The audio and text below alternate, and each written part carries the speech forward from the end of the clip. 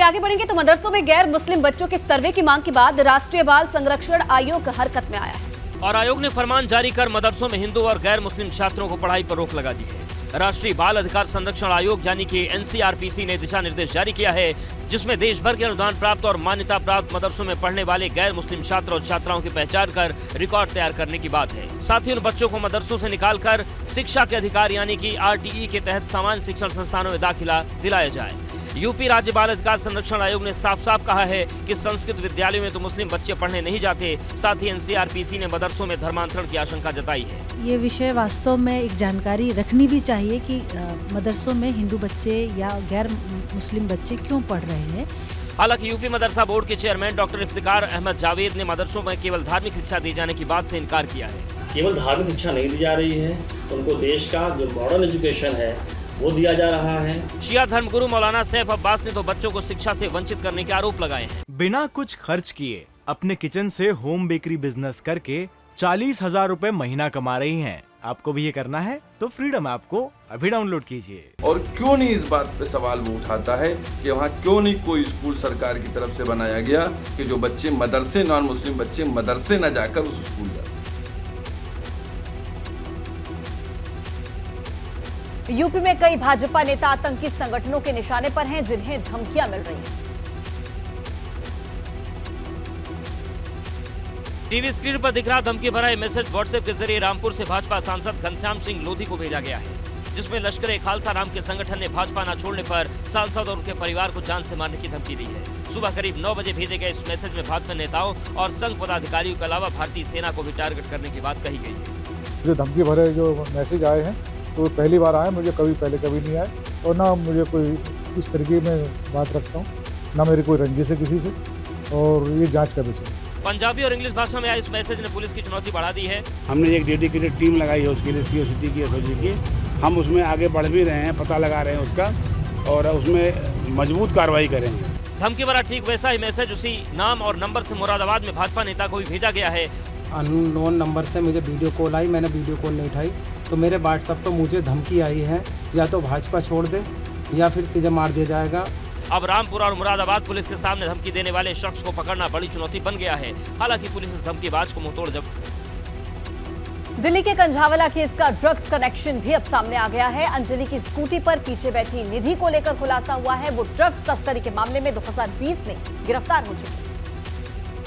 ये तस्वीरें दिसंबर 2020 की हैं। तस्वीरों में दिख रही लड़की को ड्रग्स केस में आगरा कैंट स्टेशन से पुलिस ने गिरफ्तार किया था। दावा है लड़की निधि है, जो कि कंझावला केस में अंजलि की स्कूटी के पीछे बैठी थी और घटना के बाद फरार हो गई थी।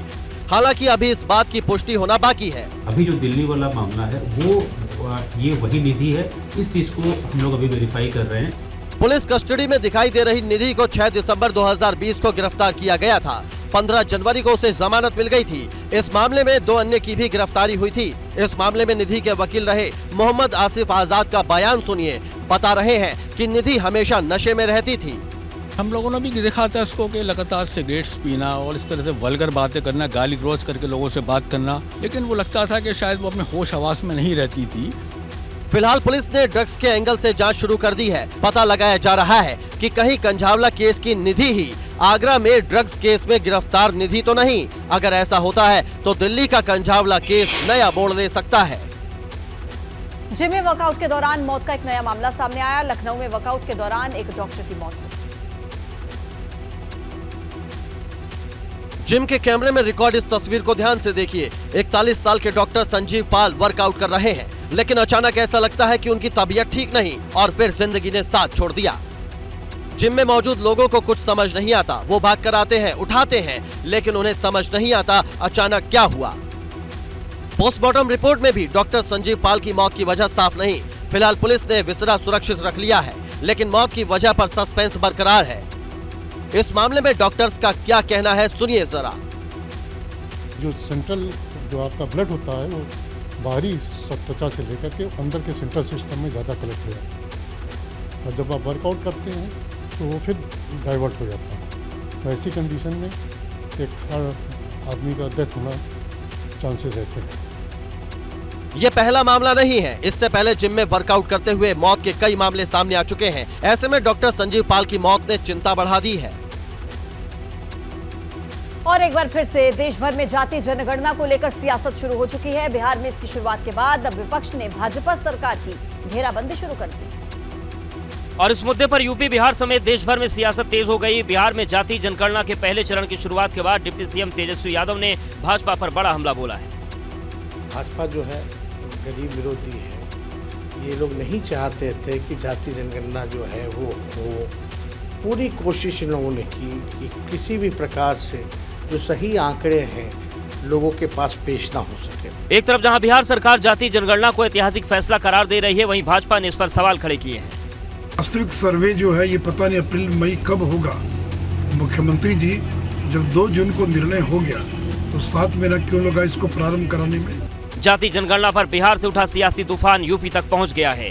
आजाद समाज पार्टी के अध्यक्ष चंद्रशेखर आजाद ने अखिलेश से मुलाकात कर पूरे देश में जाति जनगणना के लिए जन आंदोलन की बात कही है।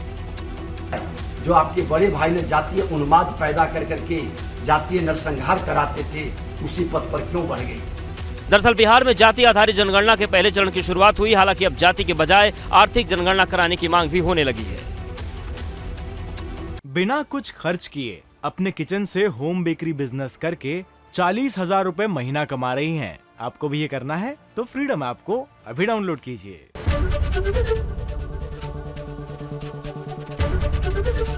एबीपी गंगा, खबर आपकी, जुबान आपकी।